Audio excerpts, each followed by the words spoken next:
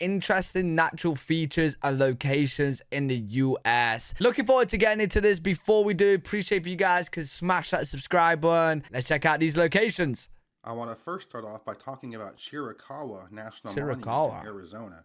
It's in the southeastern portion of the state, about 40 miles north of the Mexican border. It was created in 1924 to protect a relatively small area of some really cool erosionary remnants, including hoodoos and balanced rocks. The formations that you see are volcanic in nature. It's actually solidified ash. Oh, wow. It's referred to as tuff. And this is stuff that was released. Yo, look at this, bro. Is anyone getting the same idea? I just want to, like, kind of do parkour on it, but I can't do parkour, so I'll probably end up dying. But, yo, this is fun. Actually, solidified ash is referred to as tuff. And this is stuff that was released from a volcanic eruption from the Turkey Creek caldera. Oh, they're cool. So how you end up with hoodoos and balanced rocks like this is that the rock that makes up the formations is relatively strong, and the rock that surrounded it was much more easily eroded by wind and water. Oh, wow. So in this part of the country, it's often sandstone and limestone that gets eroded. Hold up. How is that not falling? How is that not falling, bro?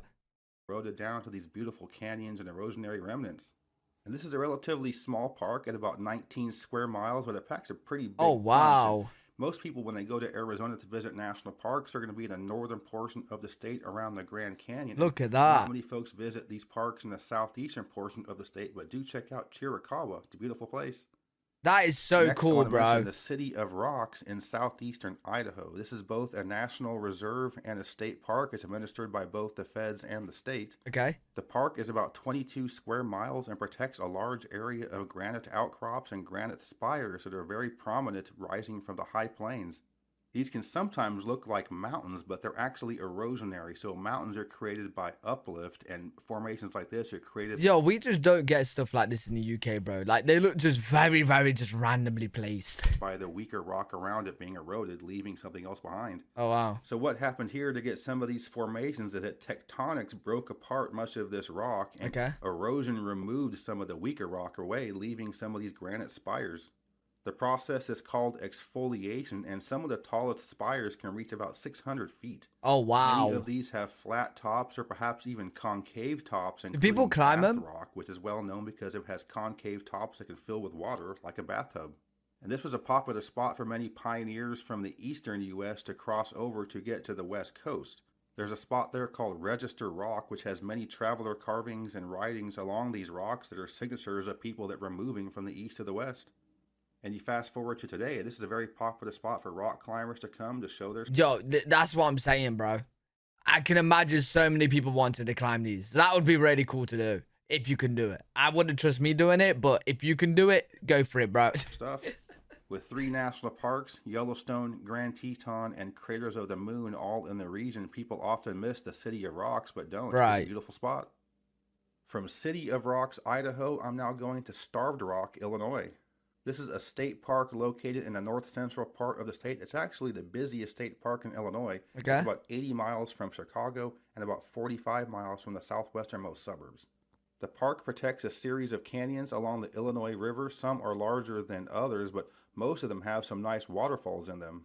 Some of the largest and most well-known ones in the park include Wildcat Canyon, Kaskaskia Canyon, and St. Louis Canyon, all of which have nice waterfalls with them. You know what? I really want to see some cool waterfalls in my life, man. Like, I know I will eventually get around to doing it. I know I will.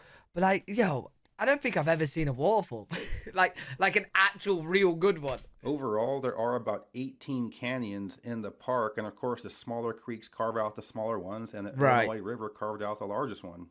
And these canyons are exposed sandstone that is common in the region, but is usually well underground. The Illinois River carved out this canyon in the sandstone. But this park is also well known for having many archaeological sites, including evidence of habitation over 10,000 years ago. There are 13 ancient ceremonial mounds that are approximately 2,000 years ago, and these are fairly common throughout the region to find some of these prehistoric mounds. Wait, what's a mound? With all this exposed rock, many prehistoric groups used some of these areas as rock shelters. There were 14 known spots that were used as rock shelters. Oh, that's cool. This is an unexpected spot in this part of Illinois. Wait, so you're telling me, like, there's, like, carvings and some sort of, like, showings from people 2,000 years ago in these? So when people say, like, a lot of people will say America doesn't have history. Or like that's like the stereotype, right? But that is history right there. You know what I mean? That's cool. And this is an unexpected spot in this part of Illinois. There's lots of hiking trails. There's some big overlooks, including the Lover's Leap overlook. In the wintertime, there's ice climbing on the frozen waterfalls. And again, this is the most crowded state park in Illinois, but you can go on a weekday in the off season and you'll have most of the park to yourself. Next, I'm going back east to Seneca Rocks, West Virginia.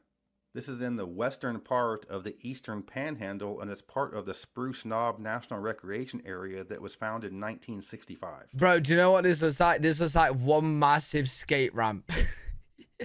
You start here, you go down here, you go all the way here, and then you fly off, mate. I wouldn't be doing it. The rocks are what are called crags, and these are usually metamorphic rock that is very resistant. It's surrounded by much weaker sandstone or limestone that gets eroded, and this much stronger metamorphic rock is left behind. And for something to be called a crag, it has to have the same degree angle as a cliff, the same amount of verticality, but it's much thinner, has a much smaller surface area. And the Seneca Rocks rise about 900 feet above the confluence of Seneca Creek and the North Fork of the Potomac River. There are two peaks of the Seneca Rocks. One can be hiked to and on, and the other is too vertical. It can only be accessed by ascending and rappelling. Bro, is it only me that thinks this looks crazy? Oh my God. Oh, I'd be so scared to do that. What if you fall off? What if you fall off? There's also an open notch between the two peaks that is inaccessible to hikers. And similar to City of Rocks, Seneca Rocks is also a very well-known spot for top rock climbing. Okay. You'll have people come from all around to rappel down these beautiful rocks. And this is in the same part of the state as the Dolly Sods that I mentioned in part 1 of this series. So this part of West Virginia has some really cool, interesting natural features. All right, I'm headed back to the Midwest and White Butte, North Dakota. White Butte. This is located in the southwestern portion of the state, and it's in the Badlands region of the Western Dakotas where you have several national parks, including Theodore Roosevelt in North Dakota, as well as Badlands and the Black Hills in South Dakota. Yeah. White Butte is the highest point in the state. It stands at about 3,500 feet, and it ranks as the 31st highest point amongst the states. Not too far from White Butte is Black Butte, which stands at 3,470 feet, about 30 feet less than White Butte. And a butte is an erosionary remnant formed in a similar way as a mesa or a plateau, but this just looks like a sand pile kind of. Much smaller and usually has kind of a flat type top. Right. And White Butte is a result of wind and water erosion. Despite being this far north, it was outside of the range of glaciation during the last ice age. And the rock you see is a white capstone of sandstone that's common in Badlands National Park, but is usually underneath the sandstone you find in some of the other areas in the region. Oh, okay. And in general, this part of the country offers some surprisingly beautiful scenery, so don't sleep on the Western Dakotas, including White Butte in North Dakota. Heading over to the northeast, I'm going to New York State and Letchworth State Park. This is located in western New York, not too far from Rochester or Buffalo. And this park protects a series of canyons and waterfalls along the Genesee River. There are 3 fairly large waterfalls along the Genesee. Oh, yeah, show me some waterfalls. The walls are about 550 feet above the river level. And the tallest waterfall is called Inspiration Falls at about 350 feet, although that isn't along the largest canyon in the park. And what these canyons are... Oh, look, Dad, this is what I'm talking about. This is why I'm here. Yeah, this was beautiful, mate. Look at this. Oh, what a picture. Exposed sedimentary rock layers that in the last ice age, water flow altered and helped carve the gorge. So the last ice age was only about 10 to 20,000 years ago. So this is a relatively young geologic formation. And this is a really nice state park. Wow. Lots of hiking in the summer, lots of cross-country skiing and snowmobiling in the winter. Oh, that's there's beautiful. Paddling, there's hot air balloon rides, there's whitewater. That is and beautiful. And near the park is the Mount Morris Dam, which is the largest dam in the eastern U.S. So most people know about the Adirondacks and some of the beautiful mountains in upstate New York, but there are also many beautiful spots in western New York, including Letchworth State Park. Heading out west, I'm going to Oregon and Newberry Crater. This is part of the Newberry National Volcanic Monument located right in the middle of the state, not too far from Bend. Okay. And even though it's called a crater, it's actually a caldera, which is a collapsed empty magma chamber that's been exposed after seismic activity. The most recent volcanic activity there was approximately 1,300 years ago, and it created a large obsidian flow about a mile wide. Oh, mad. The tallest peak in the area is Paulina Peak at just under 8,000 feet, and there are also 2 fairly large alpine lakes there. And the lakes are filled in portions of the caldera. And this area around Newberry is still very seismically and geothermically active. It's a high alert volcano with a high risk for eruption. Oh, damn. Wait, what? It's great to visit with lots of hikes going around the caldera. Wait, with it being a high risk for eruption, how high we talking? Like in a few hundred years? 1,000? Like how high we talking, bro? And the surrounding area, there's paddling in the lakes, and there's cross-country skiing and snowmobiling in the winter. I can imagine with so much population growth going on around Bend that this park is more popular than it used to be, but it is a great place to visit. Staying on the west coast, I'm going down to California and Mono Lake. This is located in the eastern part of the state, east of the Sierra Nevada, not too far from the state line with Nevada. The lake is at a relatively high elevation at 6,383 feet. And this is a saline lake. It's very salty. There's no outflow. So any water that enters the lake doesn't go out by a creek out to the ocean. It just stays there and gets evaporated, and you get some evaporate left behind. Interesting. And this is another spot that has lots of active volcanoes and recent volcanic activity. There are 2 islands in the lake, one called Paoja and one called Negat, and neither one of these are very old. Paoja is, in fact, only 350 years old. The other island, Negat Island, is only 1,700 years old, so these are both very young geologically. Oh, very young. Islands are lake bed sediments and volcanic tuff that have been exposed by lowering water levels. And at times, the water level can be so low that both of these islands are actually connected by a land bridge. Oh, that's actually cool. The park is famous for its tufa towers, and these are limestone formations formed along subsurface springs. So what happens is sediment is released underwater, and these towers are formed. Yo, you know what's mad? Like, with all the different locations we've seen, it's actually mad to think they're all in the same country. Like, bro, if you didn't tell someone, you would actually think it's like locations across the globe, not just in the one country, bro. They end up being exposed by the lowering lake. Mad. And similar to Great Salt Lake in Utah, a lake like this could be dried out if taking out too much water. And the reason was a lake called Owens Lake that was dried up in the 1920s after Los Angeles diverted much of the water for its water supply. So Mono Lake is a beautiful spot surrounded by many popular tourist attractions like Yosemite, Lake Tahoe, and Mammoth Lakes, but not many folks make it to Mono Lake. It's a beautiful spot. Now heading over to New Mexico, I'm going to the Santa Rosa Blue Hole, and it is how it sounds. It's a big hole that's filled with water to make it a blue hole. Oh, that's it though? By definition, that makes this a cenote, which is a vertical cave pit that's been filled with water. And the Santa Rosa Blue Hole is an artesian well, and what this is a natural pump essentially, so high pressure below the surface pushes aquifer water up to the surface. And as a it does look cool. I ain't gonna lie, like, I would want to swim in there. result, the surface water is always the same temperature. It's always about 62 degrees Fahrenheit. The main blue hole itself is about 80 feet deep and also about 80 feet in diameter. However, at the bottom of the main pit are small passages that go off to the side, and these are just small, tight cave diving sections. Oh, wow. The deepest part of these smaller caves go down about 194 feet below the surface. Wow. However, these tighter sections that go off the larger hole down deeper into the cave are off limits. There's a gate on them. Okay. This is a popular spot for surface swimming in the summer, but also scuba training all year long. Because the blue hole is located at an elevation of 4,600 feet, you need high altitude scuba gear to do this, and this is a popular spot to do the training for it. The entire cave system has been fully explored and mapped by experienced cave divers, but even then there have been multiple deaths through the years, including an experienced Navy diving rescue and recovery member. Cave diving is a very dangerous recreational activity, so even a relatively small cave like the Santa Rosa Blue Hole can be dangerous.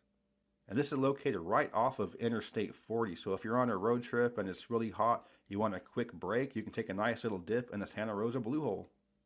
Yeah, just don't be diving in there, bro. If like inexperienced or experienced people are dying from diving in there, nah, bro.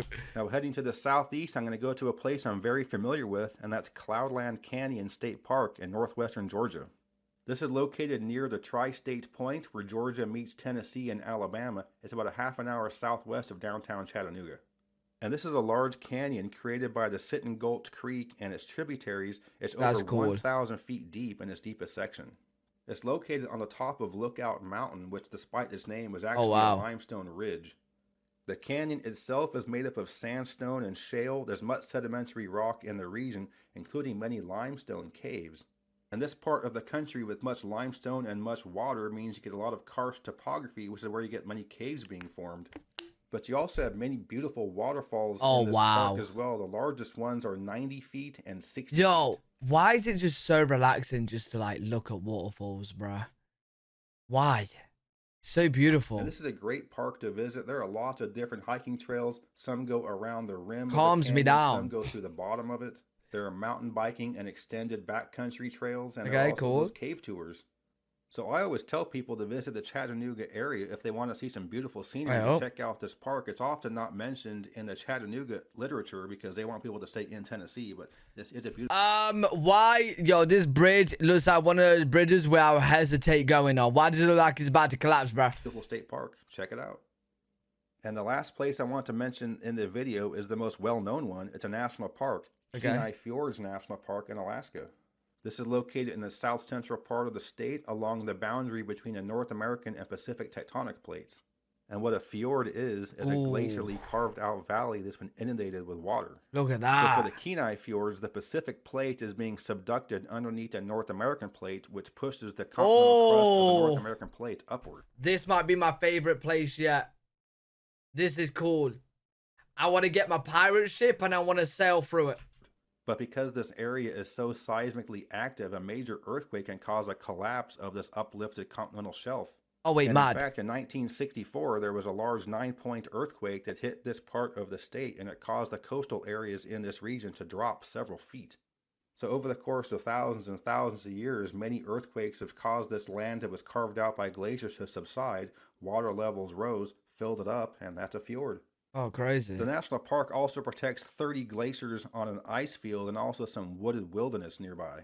The best way to see this park is by boat. There are multiple cruises offered by the National Park Service and private companies. This just don't even look real, mate. This actually don't even look real. As well as kayak tours.